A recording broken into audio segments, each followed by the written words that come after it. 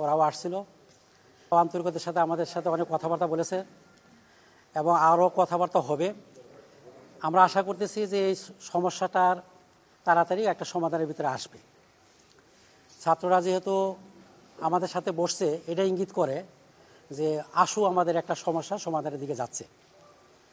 এদের আরও এখানে কিছু প্রোগ্রাম ছিল, তারা এখনও পুরা আমরা আশ্বস্ত না যে সেই ব্যাপারে ওরা কোন দিকে যাচ্ছে। যে ওদের অনশনের কিছু কথাবার্তা আমরা শুনে আসতেছি, সেটা দুপুর 3টার দিকে ওদের করার কথা। তা আমাদের আলোচনার পরিপ্রেক্ষিতে সেটা এখন কোন দিকে যাবে স্পষ্ট বলা যাচ্ছে না, তবে আমরা আশা করতেছি হয়তো সেটা হবে না। আমি গতকাল ছাত্র কল্যাণ পরিষদ হিসেবে যোগদান করার পরে ওদের সাথে কথা বলেছি। ওরাও খুব অল্প সময়ের ভিতরে আমাদের আহ্বানে সাড়া দিয়েছে এবং আজকেই সকাল 9:30 ওদের আসার কথা ছিল। কাছাকাছি সময় ওরা আসছে এবং লম্বা সময় ওদের সাথে আমরা এখন এতক্ষণ পর্যন্ত কথা বললাম।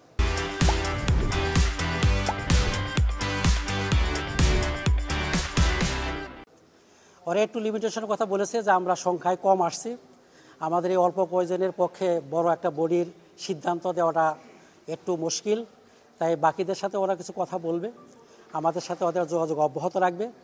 আশা করতেছি যে কুয়েটে আবার স্বাভাবিক অবস্থা ফেরত আসবে। এই হলো আমাদের লেটেস্ট সিচুয়েশন। বাকি ছাত্রদের বিভিন্ন বহিষ্কারের কথা হয়তো আপনারা শুনেছেন। এটা সাময়িক একটা বহিষ্কার, এটা বিচারযোগ্য হয়ে সেগুলো পরিবর্তন হওয়ার মতো।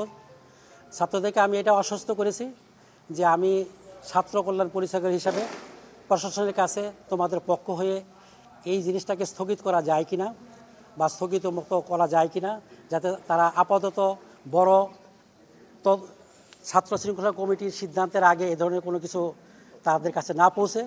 তো এই ব্যাপারে আমি তাদেরকে আশ্বস্ত করেছি যে আমি এই ব্যাপারে প্রশাসনের সাথে কথা বলতে পারি।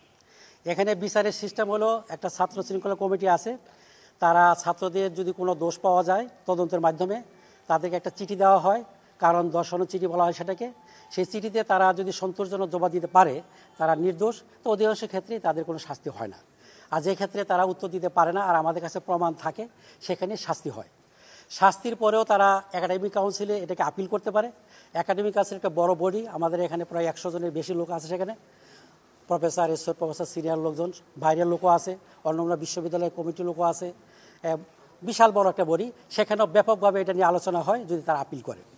এরপরেও যদি তাদের শাস্তি অব্যাহত থাকে, তারা বাংলাদেশের কোর্ট আছে সেখানে যেতে পারে। এটা হয়তো আপনারা অবগত হয়েছেন যে অনেক সময় অনেক শাস্তি হয়, কোর্ট থেকে সেটাকে খালাস দিয়ে দেওয়া হয়।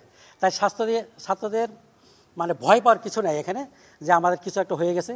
নির্দোষ কেউ যাতে শাস্তি না পায় এই ব্যাপারে আমি তাদেরকে আশ্বস্ত করেছি যে আমি যেহেতু ওই কমিটিতে একজন সদস্য, আমি এই ব্যাপারে তোমাদের জিনিসগুলোকে পুঙ্খানুপুঙ্খ দেখার চেষ্টা করব।